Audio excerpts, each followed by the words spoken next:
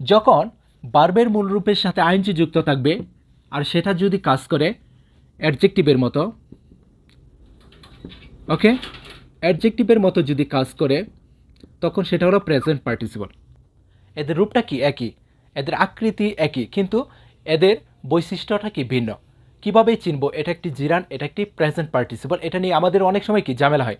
আজকে আমি তোমাদের সাথে এই বিষয়টা ক্লিয়ার করব যে কখন জিরান বলবো, কখন প্রেজেন্ট পার্টিসিপল বলবো। কারণ ভার্বের মূল রূপের সাথে যখন আইএনজি যুক্ত থাকে, গোয়িং, ইটিং,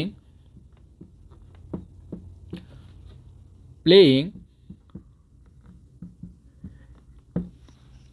এখানে কি ভার্বের মূল রূপগুলির সাথে আইএনজি যুক্ত রয়েছে।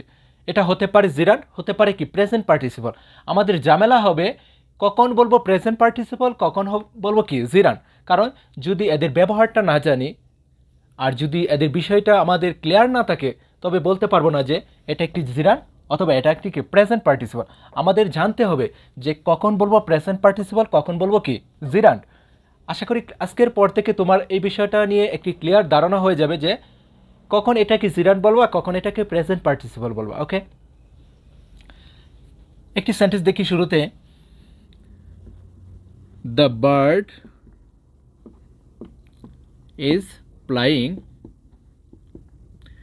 দ্য বার্ড ইজ ফ্লাইং, পাখিটা উঠতেছে। ওকে, দ্য বার্ড ইজ ফ্লাইং, এখানে ফ্লাই এর সাথে রয়েছে কি আইএনজি, এটাকে কি বলবো জিরান্ট নাকি প্রেজেন্ট পার্টিসিপল। কারণ ভার্বের মূল রূপের সাথে যখন আইএনজি যুক্ত থাকে সেটা হতে পারে জিরান্ট, হতে পারে কি present participle.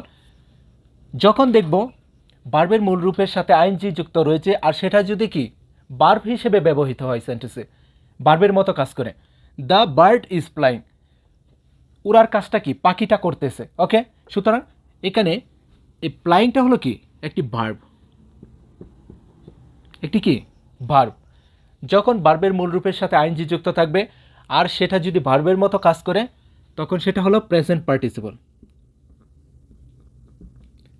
Present participle.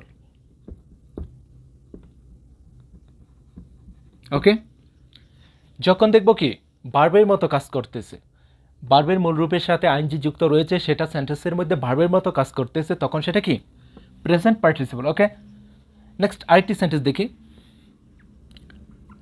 The flying bird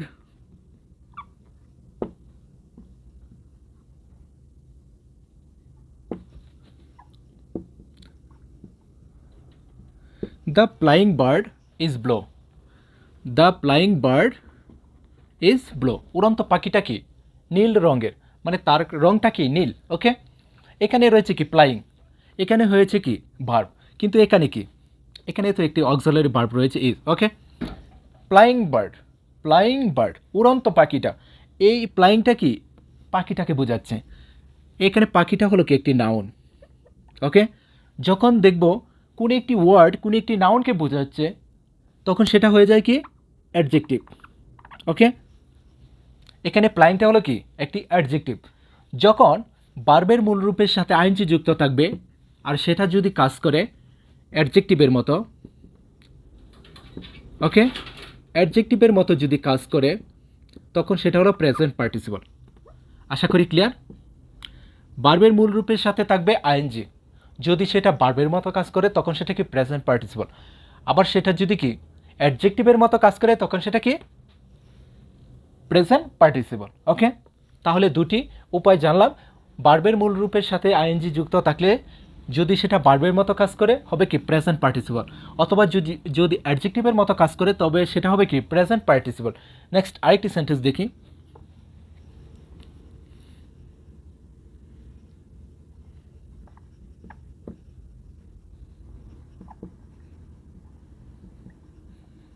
I like swimming, I like swimming, আমি সাঁতারটা কি পছন্দ করি, সাঁতার কাটাটা কি আমি খুব পছন্দ করি। ওকে, আই লাইক সুইমিং।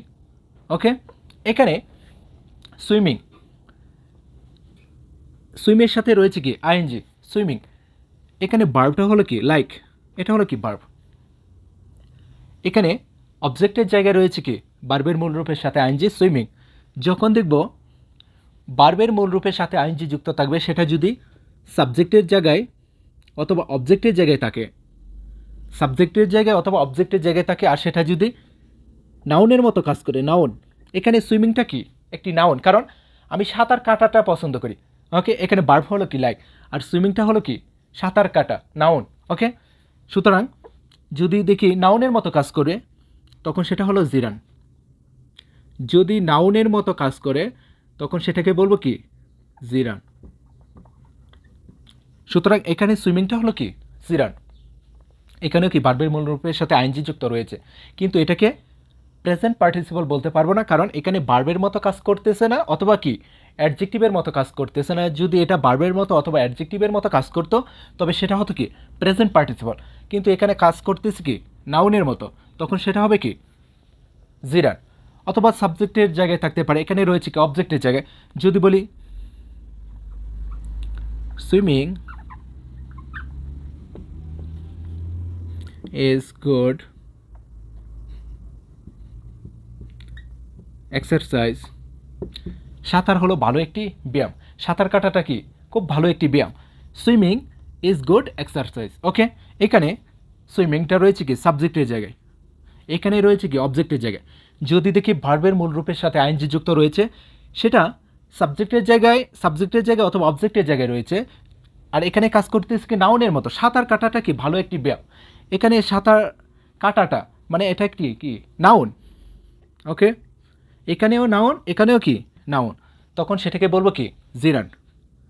ওকে, আরেকটা বিষয় হলো যখন কোনো একটি ভার্বের মূল রূপের সাথে আইএনজি যুক্ত থাকবে প্রেপোজিশনের পরে। যদি বলি I am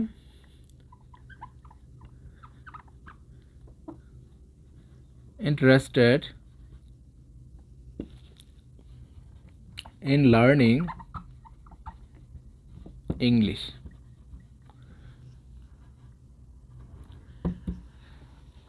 I am interested in learning English, আমি কি ইংলিশ শেখায় খুবই আগ্রহী। এখানে ইন রয়েছে, ইনের পরে রয়েছে কি লার্নিং, লার্ন এর সাথে রয়েছে কি আইএনজি। যখন একটি প্রেপোজিশন থাকবে তারপরে যদি কোনো একটি ভার্বের মূল রূপের সাথে আইএনজি যুক্ত থাকে তখন সেটা কিন্তু একটা নাউন, তবে সেটা কি একটি নাউন। আর যখন ভার্বের মূল রূপের সাথে আইএনজি যুক্ত থাকে তখন সেটা যদি নাউনের মতো কাজ করে তখন তাকে কি বলবো জিরান বলবো। তাহলে আরেকটা বিষয় জেনে গেছি যে প্রেপোজিশনের পরে কি হয় নাউন হয়, আর সেটা যদি ভার্বের মূল রূপের সাথে আইএনজি যুক্ত থাকে তবে সেটা কি জিরান। প্রেপোজিশনের পরেও কি হয় জিরান হয়। ওকে, এই বিষয়টা আমাদের মনে রাখলেই হবে যে প্রেপোজিশনের পরে যদি দেখি ভার্বের একটি মূল রূপের সাথে আইএনজি যুক্ত রয়েছে আর সেটা কি হিসেবে কাজ করবে নাউন হিসেবে, তখন সেটাকে কি বলবো জিরান বলবো। খুব সহজ একটা বিষয়। এই ক্লাসটা যদি ফলো করতে পারি আশা করি আজকের পর থেকে আমাদের প্রেজেন্ট পার্টিসিপল এবং জিরান চিনতে আমাদের আর ঝামেলা হবে না। যদি ভার্বের মতো কাজ করে অথবা অ্যাডজেক্টিভের মতো তখন সেটা প্রেজেন্ট পার্টিসিপল, যদি নাউনের মতো কাজ করে তখন সেটা কি জিরান্ট। ওকে, খুব সহজ যদি মনে রাখতে পারি।